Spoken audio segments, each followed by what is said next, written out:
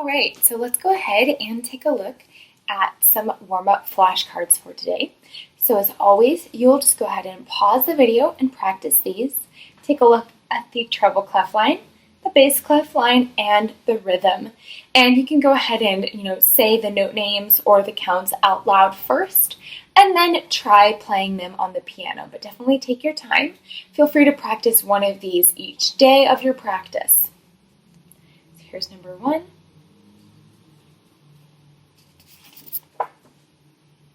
Here's number 2.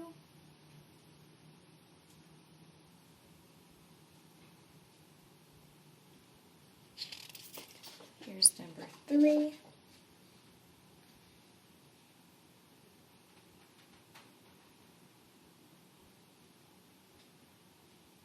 Here's number 4.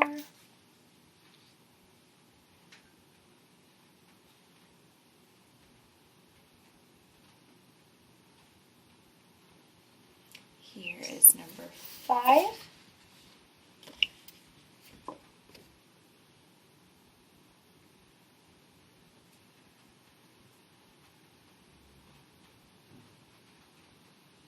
And lastly, here is number 6.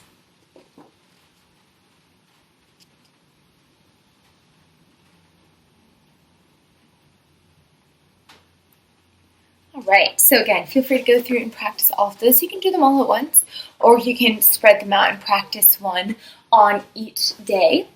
And another great thing that you could do with each of those flashcards would be to try them starting in other hand positions or other keys. So that would be a great option for you to try, a good challenge to give that a go. But again, feel free to kind of be creative with that. Maybe try playing a right hand part and making up a left hand part as you go along, or the other way around. So feel free to be creative and kind of get outside the box with those and use them in a way that's going to be helpful for you and helpful for your practice. So we're going to go ahead and take a look at our unit for this week, which is unit number 9 in your book, beginning on page 96. And we're going to be learning about the G pentascale and now 3 different locations. So we have now learned about how to play the G pentascale starting right below middle C. So here's middle C, and here would be the G below middle C, and we have our G, A, B, C, D. We can also do a G pentascale starting above middle C. So here's middle C, and here's our G here. G, A, B, C, D. Then we have learned our low G. So here's middle C. So way down here, we have the one that's below bass C. G, A, B, C, D. Great. So the thing that's really important about this is to make sure that we're paying attention to the position of our pentascale on the piano. So if it's a pattern that's written in that middle G pentascale position, making sure that we're playing it at our middle G, the one near middle C. If it's the treble, we're doing on the treble, and if it's the low, we're doing our low G pentascale. Now that we have more options, it's really important to still be very conscientious about where you're placing your hands on the piano and making sure that you're doing that correctly. So we have on 96, the bottom of 96, an octave warm-up. So we're going to play the low G and the middle G with our left hand. You're going to play 5 on the low G, 1 on middle G, right hand 1 on treble G.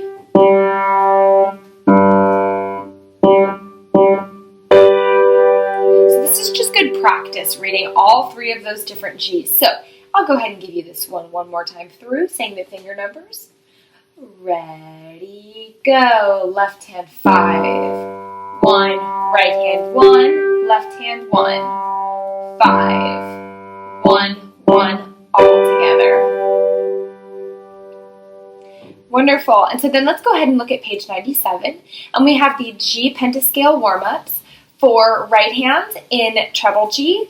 We have the left hand in the bass clef G, so the one that's in near middle C, and then we have the one that's on low G. So this is the same pattern each time. It's kind of similar to our G pentascale, a little bit different, a little bit more going on. And so I'm just going to go ahead and play through each one of these, saying the finger numbers out loud. So starting with the right hand one on treble G, here we go.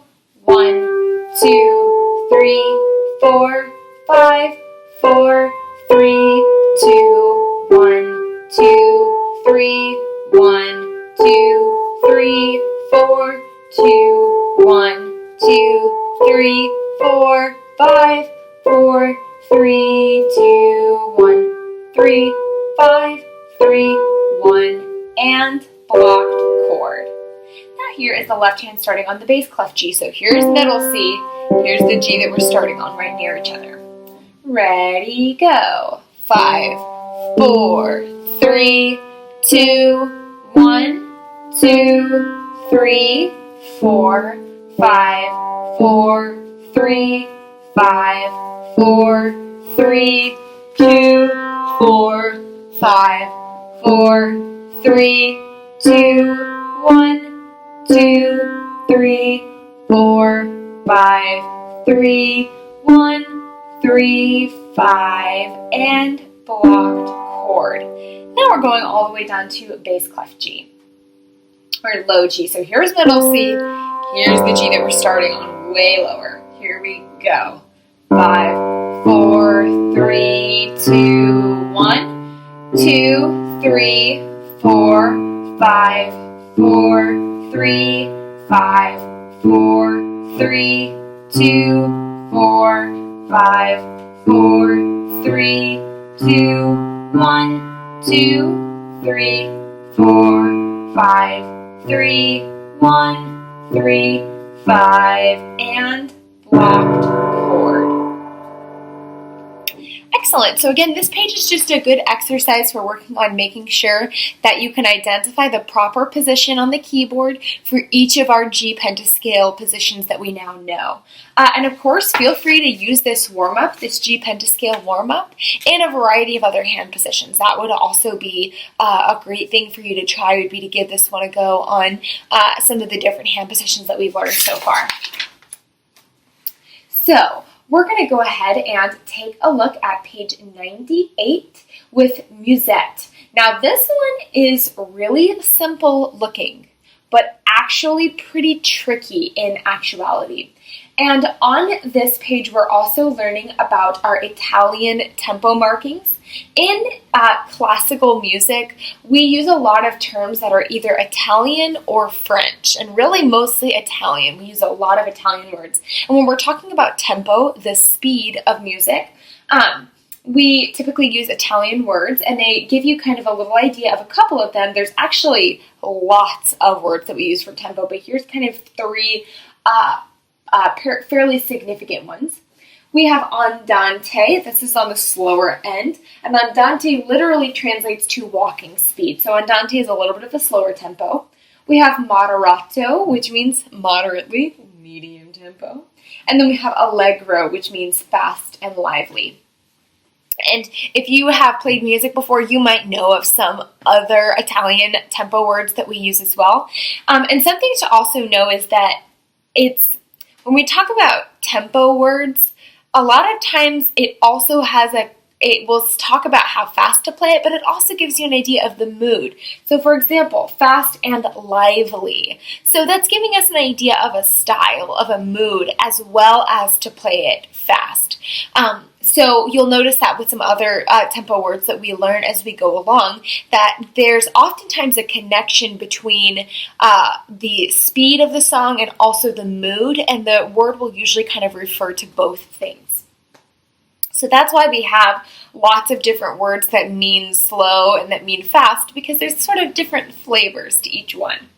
So we're going to go ahead and take a look at Musette, our song right here. And it says right here, composer unknown, but this is widely attributed to Johann Sebastian Bach. So it's a little bit of a situation where it's a little bit under speculation exactly who wrote some of his early compositions, and some of the compositions in the compositions that he wrote for members of his family, who exactly was composing all of these, but it's widely attributed to someone in the Bach family.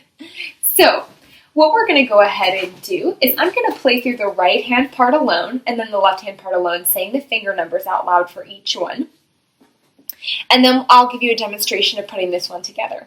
You're going to want to practice this one quite a fair amount, hands together, or hands separately, because again, this one looks pretty simple, but is actually a little bit on the tricky side. The other thing that you might want to go through and do is tap through the rhythm, because keeping a really consistent tempo on this one is going to be essential for your success on this exercise here. So I'm going to go ahead and just go through really quickly and play this one aloud for you. And with just the right hand alone, saying the finger numbers out loud. 1 and 2 and ready and go and 5, 2 and 4, 3, 2, 1, 5, 4, 3, 2, 1, 3, 4, 5, 4, 3, 2, 5, 3, 1, 5, 4, 3, 2, 1, 5, 4, 3, 2, 1, 3, 4, 5, 4, 3, 2, 5, 1. Great job! And you'll notice that the first half of the song, the first 4 measures and the last 4 measures are really, really similar. We have a teeny little change right at the very end, but other than that, it's really, really, really similar. And noticing that is super helpful for this one. So here we go with the left hand now. Ready, go.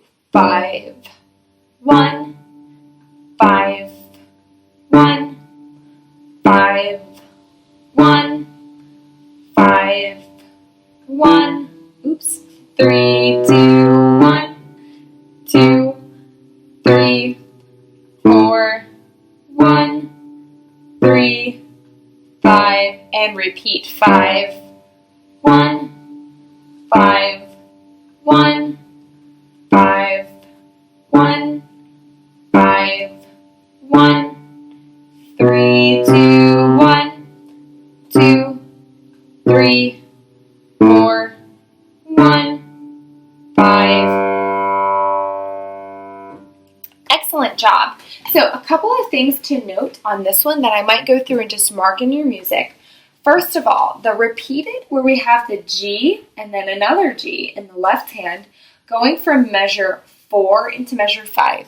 That is a spot that I would mark in your music. It seems like that should be not that difficult to just repeat a note once. Au contraire, very difficult spot, something that you're definitely going to want to mark. So just go ahead and keep that one in mind. You also might want to mark the places where the right hand and left hand coincide. So going through and just marking all the places where right hand and left hand play together could be helpful for you, and I'll just show you kind of what that looks like on the first line here. So I just have those little lines drawn between the right hand and the left hand, showing where those notes come in together. And that could be a really helpful way to practice this one for you. So now I'll go ahead and give you a demonstration of this one with both hands together. Ready, go.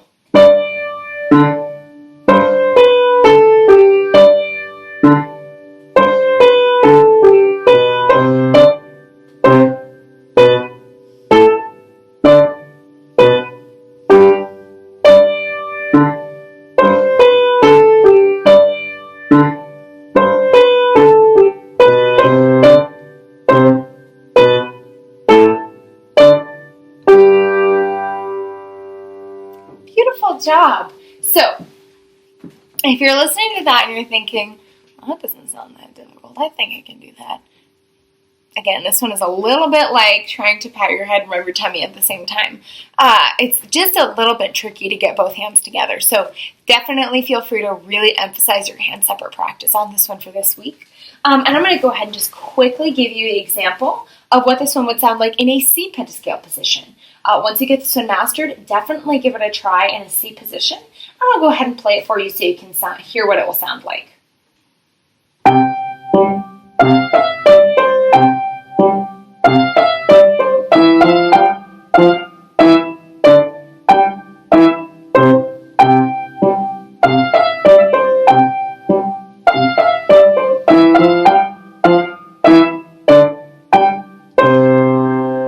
So there you go. Here's how that one. That's how that one will go in a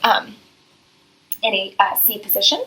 So then we'll go ahead and take a look over at American Fiddle Tune.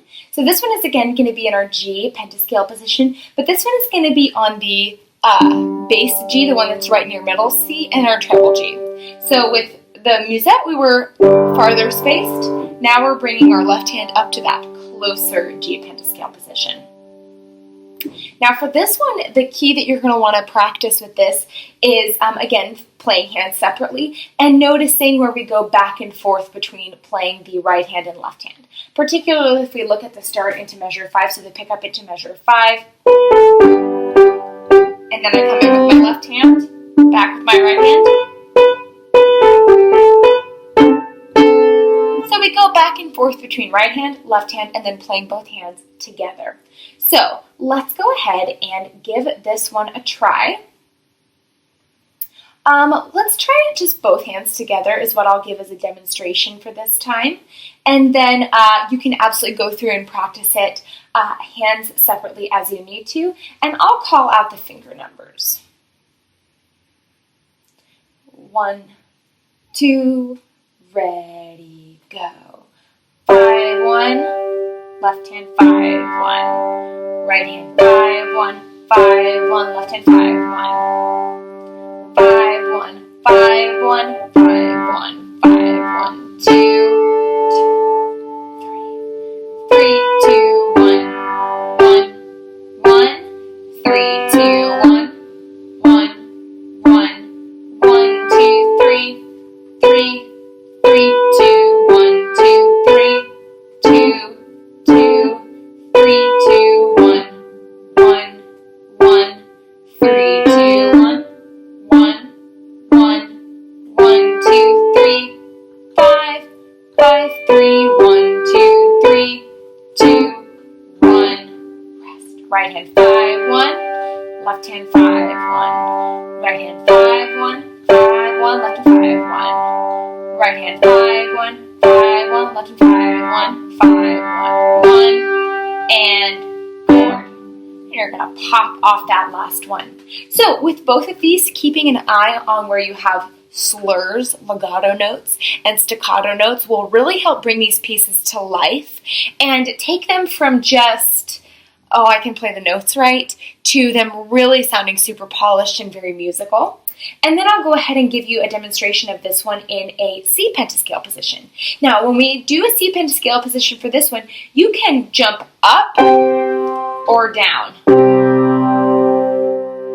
I kind of think it sounds nice to jump down. It sounds a little bit richer, but you can absolutely do whatever you think sounds best. When we're transposing, we can kind of be a little bit free with if you want to move up on the keyboard or down on the keyboard. So here's how this one will go in a C position.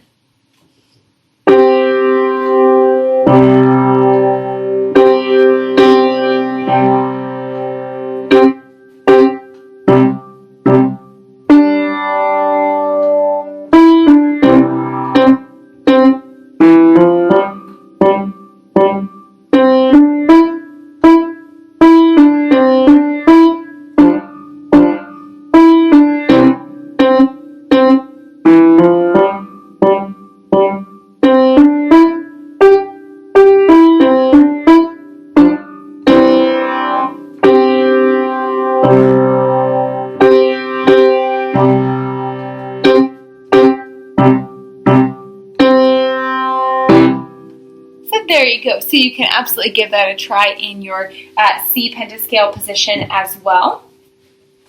And again, definitely feel free to go through that one and practice hands separately. Tapping through the rhythms is also a great idea, especially if you feel like you need still a little bit of practice playing in your 8th note rhythms. That's always a good procedure to do for that one. So then we'll go ahead and take a look at page 100 to 101. And here we have our theme by Mozart. Now you may be familiar with this one. When you play it through, it sounds a little bit different.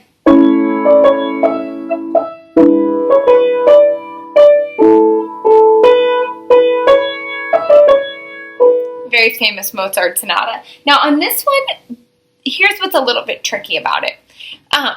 If you're familiar with that, if you're not, don't worry about it. But if you're familiar with that rhythm, playing the rhythm that they have written down might be challenging for you because they have it written as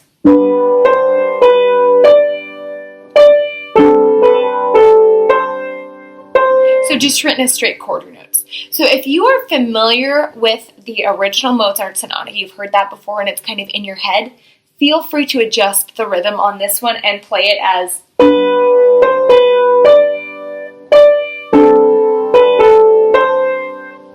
that's perfectly fine to do. It's not really going to alter the piece in too significant of a way.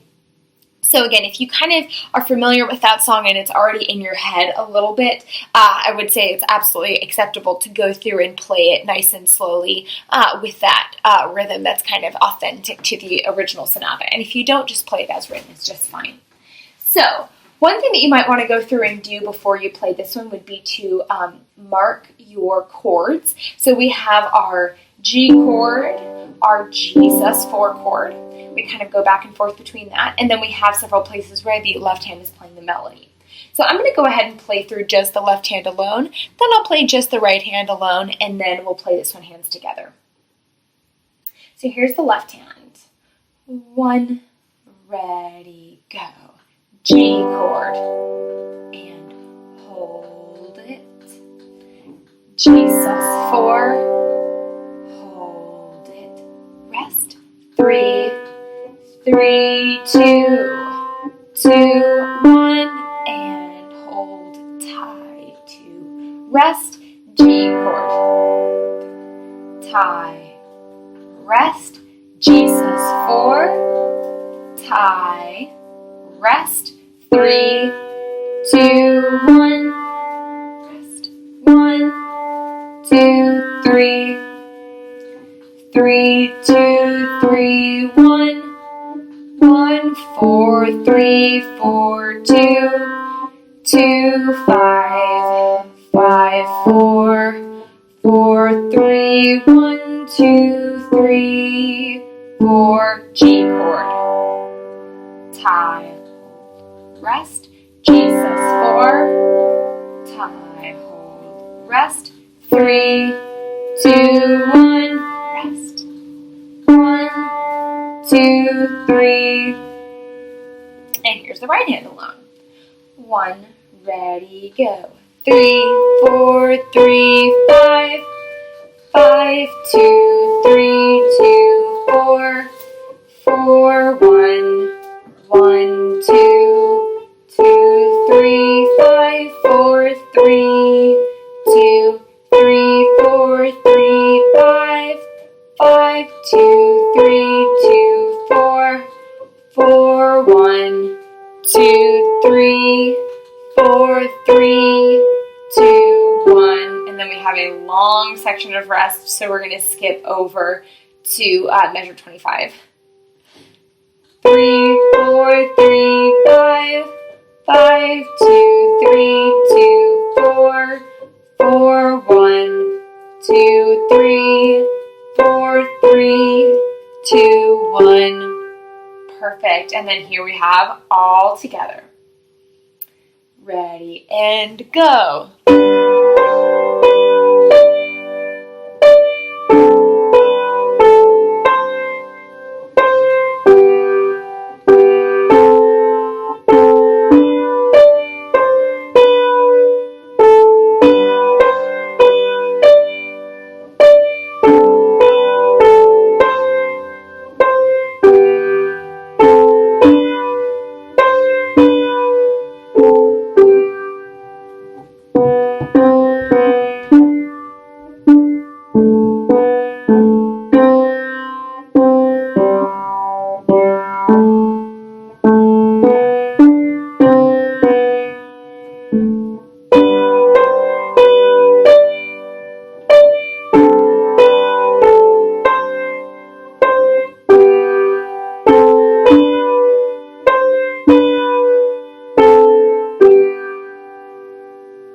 Wonderful. And so once you feel very confident playing that one with both hands together, here is the teacher part for this one.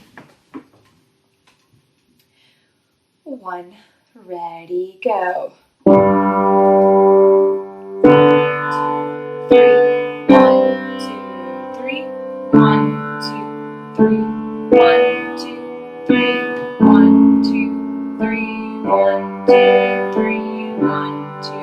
3.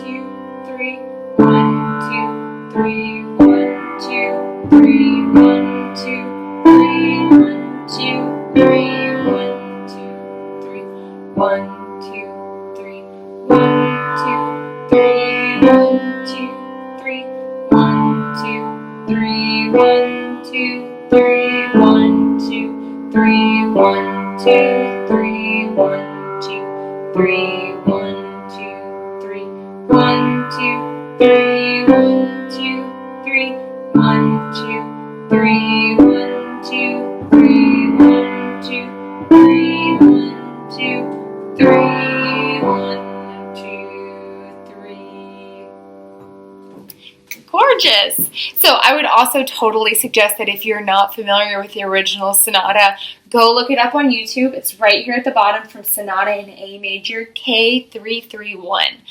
It's absolutely beautiful, very, very famous as well, and I think that you'll probably really enjoy listening to that one. So we'll go ahead and turn over to our technique page on page 102.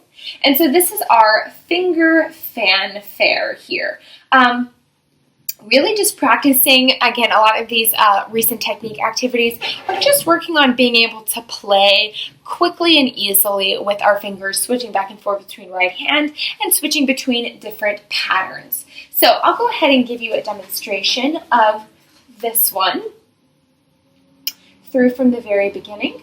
And just keep in mind the counting here. You want to be really precise with that. Another thing kind of similar to one of the last ones is to mark where your right hand and left hand come in together, especially on those first couple of lines. So just noticing where we have these notes that coincide here and everything. That will be helpful for you. So here we go. 1, 2, ready, go. 1,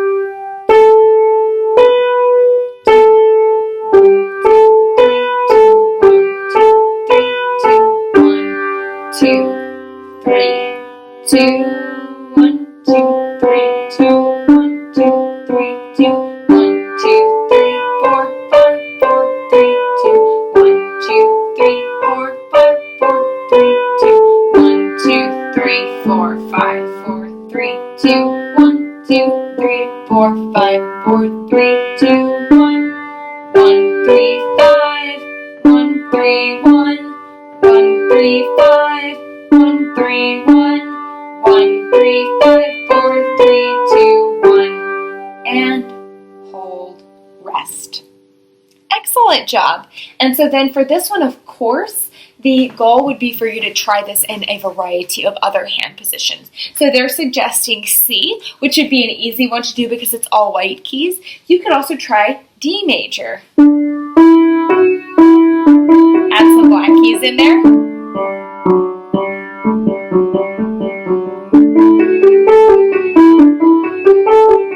And so on. So you could definitely give it a try in any of the other hand positions that we've learned so far.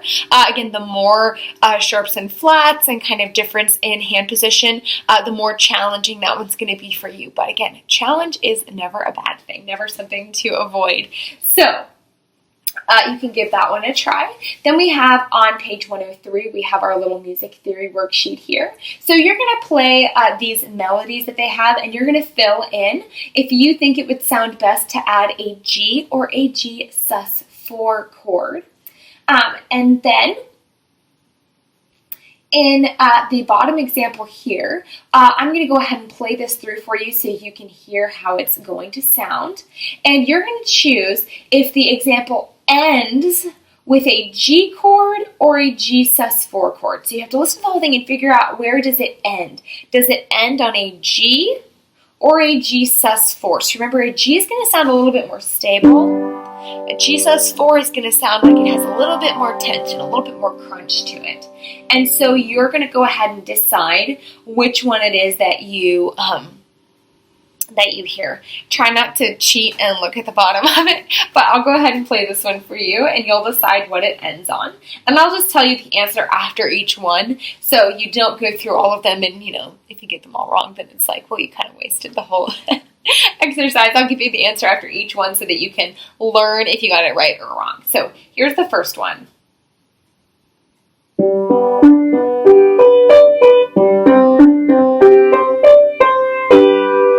So you're listening to this chord right here. Is this a G or a G-sus4? I'll play it one more time. This is what you're listening for.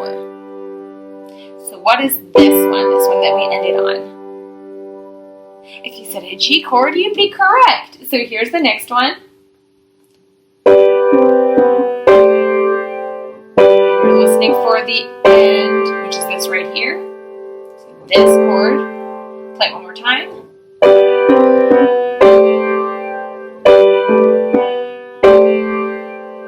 So that last chord.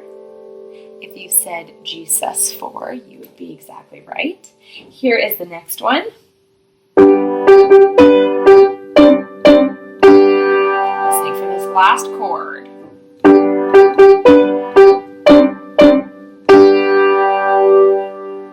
And that would be a G chord. Here is the last one.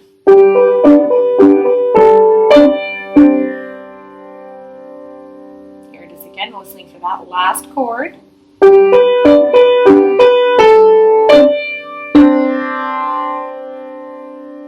That would be our G-sus4. So, how'd you do? Hopefully you're able to get that kind of by the end there, listening for the differences between those. So that's what we have for this unit this week. Here are the 5-finger patterns for this week, again found on page 176 to 177 in your book. And this week we're going to be doing A flat and D flat. And these groups are black, black, white, black, black, black, black, white, black, black. So they follow that exact same pattern of black keys and white keys with white key in the middle. We're going to go ahead and start with A flat, and I'll say the note names, finger numbers, and then give you one example totally clean of me talking. 1, 2, ready, go. A flat, B flat, C, B flat, E flat, B flat, C, B flat, A flat, C, E flat, C, A flat, and finger numbers. 1, 2, 3, 4, 5, 4, 3, 2, 1, 3, 5, 3, 1, and all together. Here it is all alone.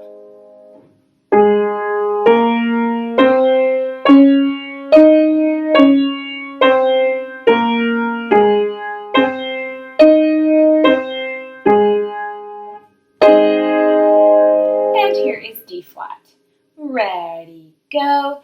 D flat, E flat, F, G flat, A flat, D flat, F, E flat, D flat, F, A flat, F, D flat, and finger numbers. 1, 2, 3, 4, 5, 4, 3, 2, 1, 3, 5, 3, 1, and all together and all alone.